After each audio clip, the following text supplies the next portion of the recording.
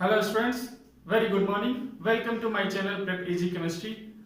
In this video session we are going to discuss the uses of the noble gases and the D and F block. So let us start.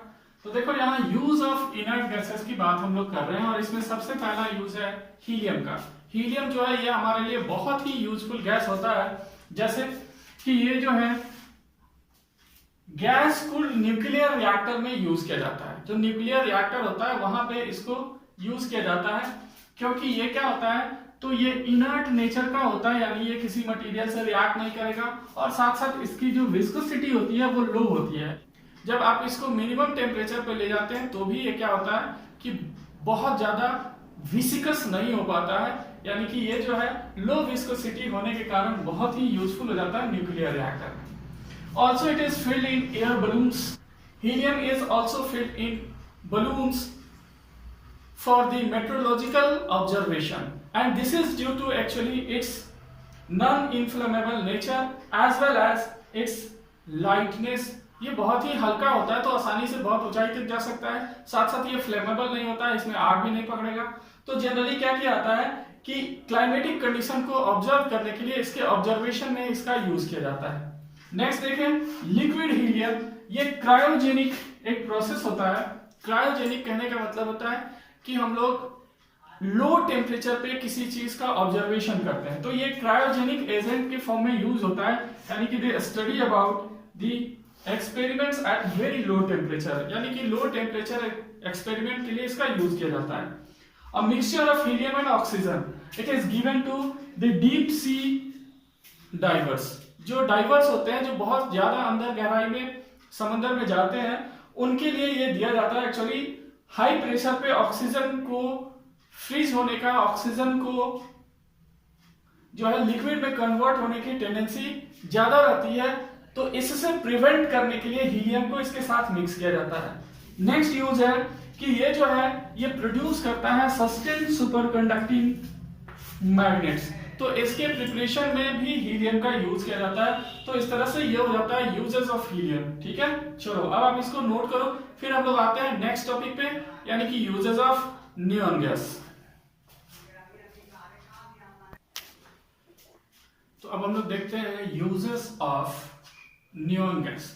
देखो neon gas जो है ये भी बहुत ही useful है, लेकिन इसका जो मोस्टली यूज किया जाता है वो किया जाता है नियॉन लैंप्स में।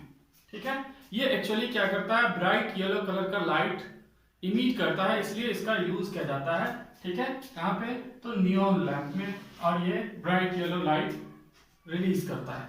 ठीक है, फिर से एडवर्टाइजमेंट वगैरह का जो सिग्नल होता है, साइन होता है, उसको देने के लिए इसका यूज किया जाता है, क्योंकि ये ब्राइट येलो कलर का ग्लो करता है। नेक्स्ट देखते हैं यूजेस ऑफ आर्गन।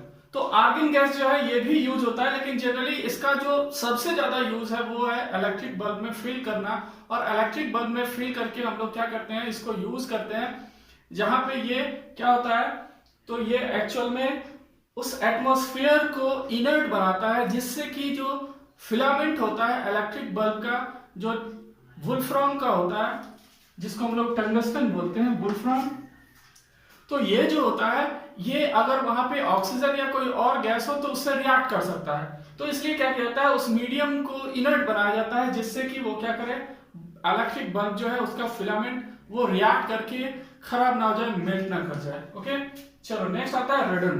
देखो रेडन हम लोगों ने शुरू में ही डिस्कस किया था कि रेडन जो है रेडियो एक्टिव होता है, यानी कि ये डिसइंटीग्रेट होता है, डिसोसिएट होता है, और अल्फा बीटा गामा रेज जो है इनको इमिट्स करता है। तो ये आपको क्या होता है, रेडियो एक्टिव होता है, और रेडियो एक्टिव है और अल्फा बीटा गामा इमिट कर रहा है, रेडिएशन इमिट कर रहा है, तो ये रेडिएशन जो है क्या करते हैं, लिविंग सेल को मारते हैं। जब ये लिविंग सेल को मारेंगे तो फिर इनका हमारे लिए यूज हो जाता है कि कैंसर ट्रीटमेंट में, ट्रीटमेंट ऑफ व्हाट, कैंसर, वहां पे क्या किया जाता है, रेडिएशन दिया जाता है, जिससे कि वो अनवांटेड अनकंट्रोल्ड ग्रोथ में जो सेल डेवलप कर रहे होते हैं उनको किल किया जा सके, और इसको बोला जाता है रेडियोथेरेपी। तो इस तरह से ये भी हमारे लिए बहुत ही क्या हो जाता है, यूजफुल हो जाता है। नेक्स्ट आते हैं कुछ इंपॉर्टेंट पॉइंट्स। एक्चुअल में हम लोग शुरू में ये चीज डिस्कस किए कि इनर्ट गैस इनर्ट होता है, ये किसी से रिएक्ट ही नहीं करता है, तो फिर जेनन का हम लोग कंपाउंड कैसे फाइंड करते हैं, तो ये सबसे पहले एक साइंटिस्ट थे नील ब्रेटल। तो नील ब्रेटल ने क्या किया, ऑब्टेन किया फर्स्ट एडिशन कंपाउंड ऑफ जेनन। और ये जो इनर्ट गैस का जेनन का जो कंपाउंड था, जेनन हेक्साफ्लोरिडोप्लैटिनेट। तो देखो यहाँ पे जेनन जो है ये एक्चुअली कंपाउंड फॉर्मेशन में जा रहा है। तो इसके पीछे रीजन ये था कि जेनन का जो आयनाइजेशन एंथैल्पी वैल्यू था वो ऑक्सीजन O2 के आयनाइजेशन एंथैल्पी वैल्यू के अप्रोक्सीमेटली इक्वल था। और उन्होंने सबसे पहले ऑक्सीजन का एक कंपाउंड जनरेट किया था जो सिमिलर कंपाउंड था। तो आप देख सकते हो कि ये मॉलिक्यूल एग्जिस्ट कर रहा है और ऑक्सीजन का जो आयनाइजेशन एंथैल्पी है, O2 का आयनाइजेशन एंथैल्पी, वो अप्रोक्सीमेटली इक्वल है किसके, जेनन के।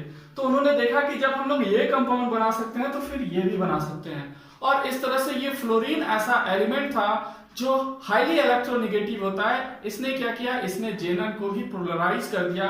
और इस तरह से हम लोग बहुत सारे कंपाउंड्स को डिस्कस करते हैं, इसके बारे में स्टडी करते हैं जेनन के बारे में। तो देखो यहाँ पे ये जो फ्लोरिडोप्लैटिनेट है ये एक्चुअली क्या है, ये फॉर्म करता है। तो यहाँ पे फ्लोरीन जो है वो एक्चुअली क्या है, फ्लोरीन एक ऐसा एलिमेंट है जिसके पास एबिलिटी है कि ये क्या कर सके, पोलराइज कर सके ऑक्सीजन को भी। और जब ये ऑक्सीजन को पोलराइज कर सकता है तो जेनन भी पोलराइज होगा। और इस तरह से जो सबसे पहला मॉलिक्यूल ये बना था, इसी से आइडिया और कॉन्सेप्ट डेवलप हुआ कि फिर क्या किया जा सकता है, इस मॉलिक्यूल को बनाया जा सकता है जेनन हेक्साफ्लोरिडोप्लैटिनेट।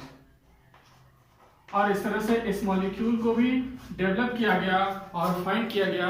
तो ये हो जाता है कंप्लीट डिस्कशन इनर्ट गैसेस का। ओके, अब आप इसको नोट करो। तो हम लोग अब स्टार्ट करेंगे डी एंड एफ ब्लॉक यानी transition element and inner transition element के बारे में। तो पहले इसको नोट करो, फिर हम लोग उसको स्टार्ट करते हैं। तो आइए हम लोग शुरू करते हैं। D and F block elements.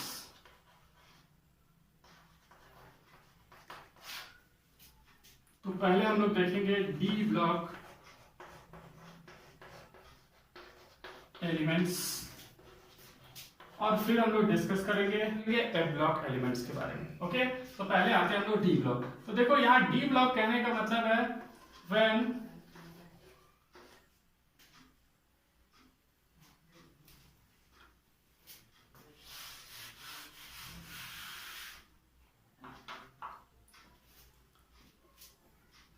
यहां डी ब्लॉक एलिमेंट कहने का मतलब है when the last electron of the atom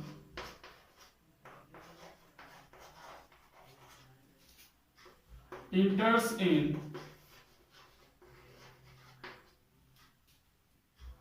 d orbital. The element is known as the element is known as d block elements. तो इन एलिमेंट्स को D block elements कहा जाता है क्योंकि इनके लास्ट इलेक्ट्रॉन जो है वो कहा जाते हैं, वो फील होते हैं, वो इंटर करते हैं डी में। ओके, अब यहाँ पे एक टर्म आता है ट्रांजिशन मेटल्स। इनका जो अल्टरनेटिव नेम होता है इसको हम लोग बोलते हैं क्या, ट्रांजिशन मेटल। तो देखो ट्रांजिशन मेटल कहने का मतलब क्या है, एक्चुअली क्या होता है कि ये ठीक एस और पी दोनों के इन बिटवीन होते हैं। तो ये S और P के इन बिटवीन होते हैं। तो अब यहाँ पे देखो क्या होता है कि S एक्सक्लूसिवली मेटल्स है और P में नॉन मेटल्स हैं। तो यहाँ पे देखो मेटेलिक कैरेक्टर से मेटेलिक कैरेक्टर होते हुए नॉन मेटल में ट्रांजिशन होता है।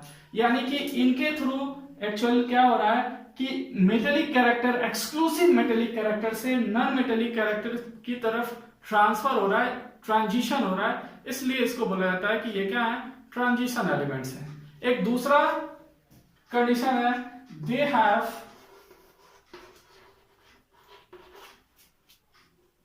इनकम्प्लीटली फिट और incomplete d orbital either in their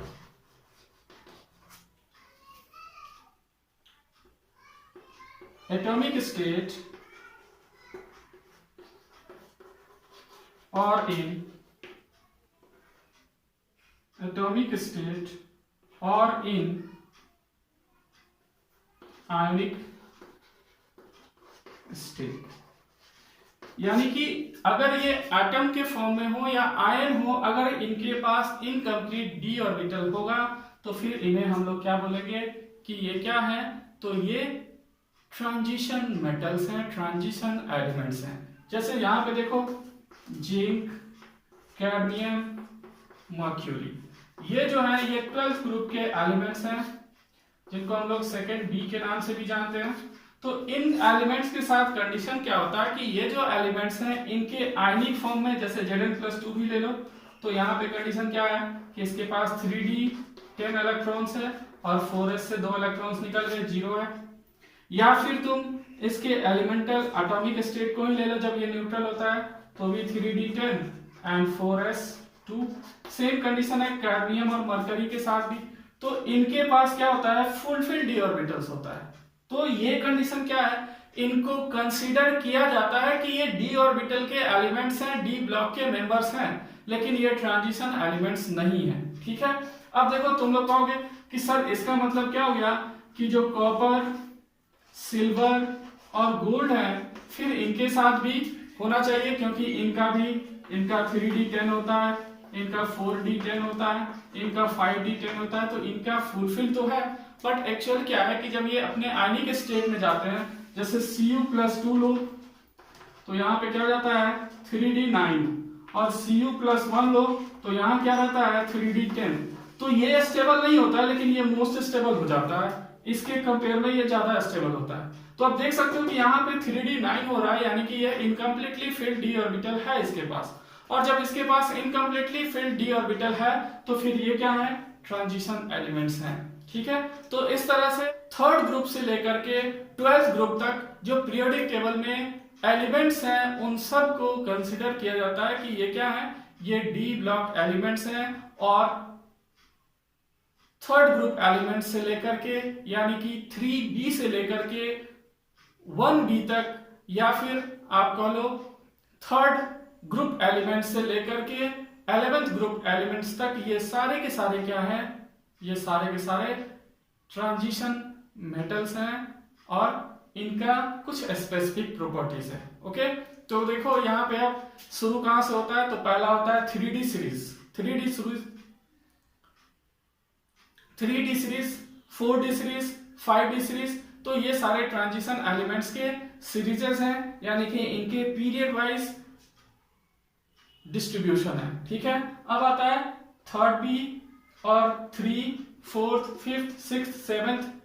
ठीक है, तो इसके अकॉर्डिंग इनका एलिमेंटल क्लासिफिकेशन होता है और यहाँ पे ये सारे अवेलेबल हैं। ये एक्सक्लूसिवली मेटेलिक होते हैं, इनके कुछ कैरेक्टरिस्टिक है जो स्पेसिफिक कैरेक्टरिस्टिक है। जैसे क्या है, this all are exclusively metals, highly metallic in nature, they have variable valency, they have metallic nature as well as they bear magnetic properties. Mostly they are paramagnetic in nature, they are heavy metals, so their melting point, boiling points are very high due to the formation of metallic bond. Also they form colored compound. It is very interesting character.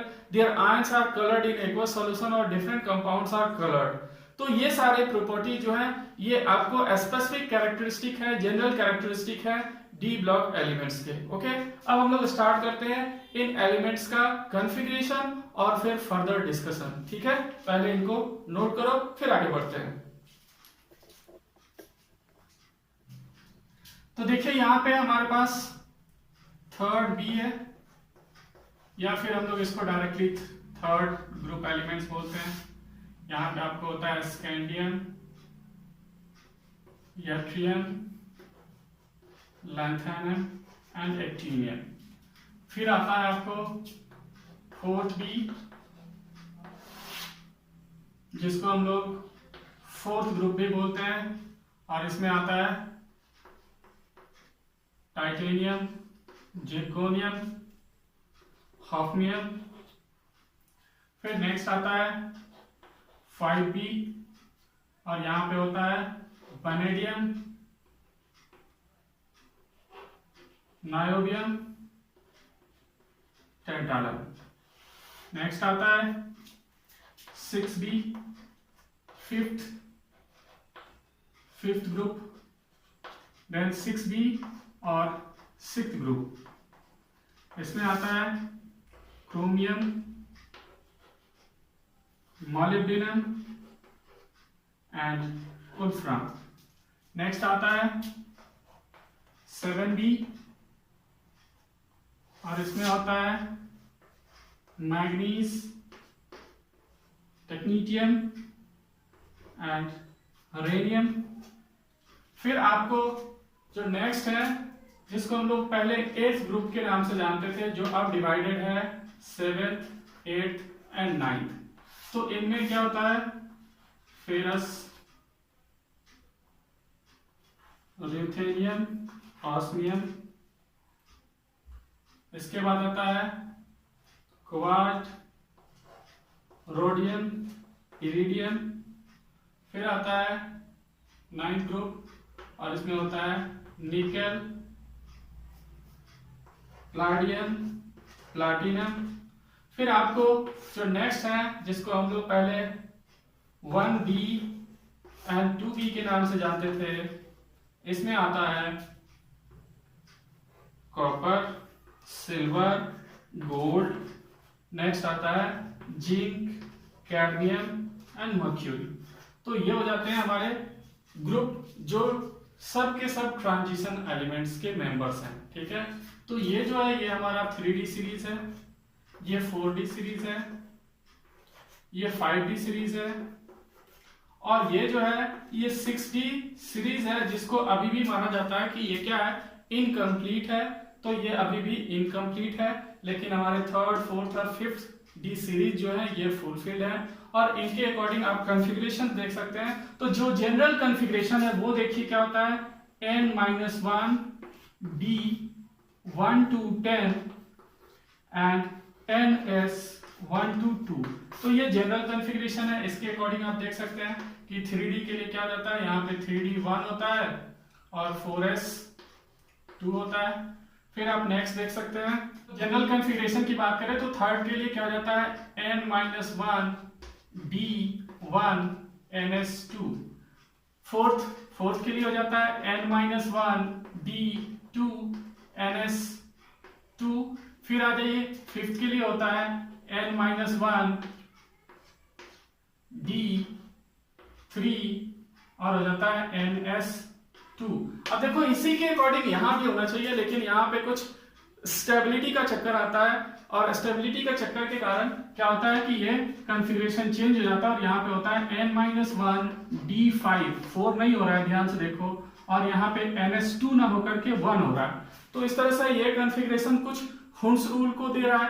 Actual क्या होता है कि D और S के जो energy levels हैं वो approximately same होते हैं। तो एनर्जी लेवल सेम होते हैं तो ये इलेक्ट्रॉन जंप करके इसमें आ जाता है, 4s से या फिर ns से इलेक्ट्रॉन जंप करके d में चला जाता है, और इस तरह से ये स्टेबल बनाता है। ठीक है, फिर यहाँ देखें तो यहाँ पे कॉन्फ़िगरेशन कैसा हो जाता है, तो यहाँ फिर से n-1 D5 और ns2। ओके, चलो नेक्स्ट आ जाओ, तो यहाँ पे आ जाओ फेरस कोबाल्ट। यहाँ के लिए हो जाता है n-1 D6 4 ns2। फिर आ जाओ इस ग्रुप के लिए होता है n-1 D 7 ns2। फिर निकेल फैमिली, यहाँ पे आ जाओ 9th ग्रुप। इनके लिए जो कॉन्फ़िगरेशन होता है वो होता है n-1 D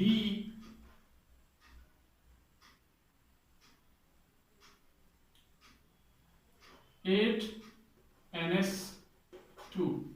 नेक्स्ट आ जाता है, इनके लिए होता है n-1 D10 और ns1, और इनके लिए होता है n-1 D10 और NS2। तो ये हो जाता है इनका जनरल कॉन्फ़िगरेशंस। अब इसमें कुछ एक्सेप्शंस हैं। मॉलिब्डेनम का कॉन्फ़िगरेशन एक्सेप्शनल है, क्रोमियम का एक्सेप्शनल है, कॉपर का, सिल्वर, गोल्ड। फिर आ जाइए यहाँ पे प्लाटियम एंड प्लेटिनम। ये जो कॉन्फ़िगरेशंस हैं ये सब के सब कॉन्फ़िगरेशंस थोड़े एक्सेप्शनल हैं। ये जो जनरल रूल्स हैं उनसे डिफरेंटली है और एक्चुअली ये अकॉर्डिंग टू देयर स्टेबिलिटी है। अलग अलग जगह पे इनकी स्टेबिलिटी के लिए इलेक्ट्रॉन्स का ट्रांजिशन होते रहता है। इसके पीछे एक्चुअल रीजन क्या है कि NS और N-1D जो ऑर्बिट्स हैं इनके बीच इलेक्ट्रॉन का ट्रांजिशन होता है, क्योंकि इनके बीच जो एनर्जी गैप है वो बहुत कम होती है। तो एनर्जी गैप बहुत कम होती है इसलिए इलेक्ट्रॉन का ट्रांसफर आसानी से हो जाता है और इसी ट्रांसफर के कारण इलेक्ट्रॉन एक जगह से दूसरे जगह जंप कर जाता है। तो यहाँ जो है कॉन्फ़िगरेशंस इनके हैं और ये डिफरेंटली है। तो इस तरह से आप इनको पहले क्या करो, एक आउटलाइन बना लो, ड्रॉ कर लो, फिर हम लोग इनके कुछ प्रॉपर्टीज को डिस्कस करते हैं, इनके फिजिकल प्रॉपर्टीज को डिस्कस करते हैं। तो पहले ड्रॉ करो। तो अब हम लोग देखते हैं इसका पहला प्रॉपर्टीज, मेटेलिक प्रॉपर्टीज। तो देखो जनरली यहाँ पे कंडीशन क्या है, this all elements are exclusively metals and the fact is that their ionization enthalpy is quite low, but as compared to the s block elements they have higher ionization enthalpy।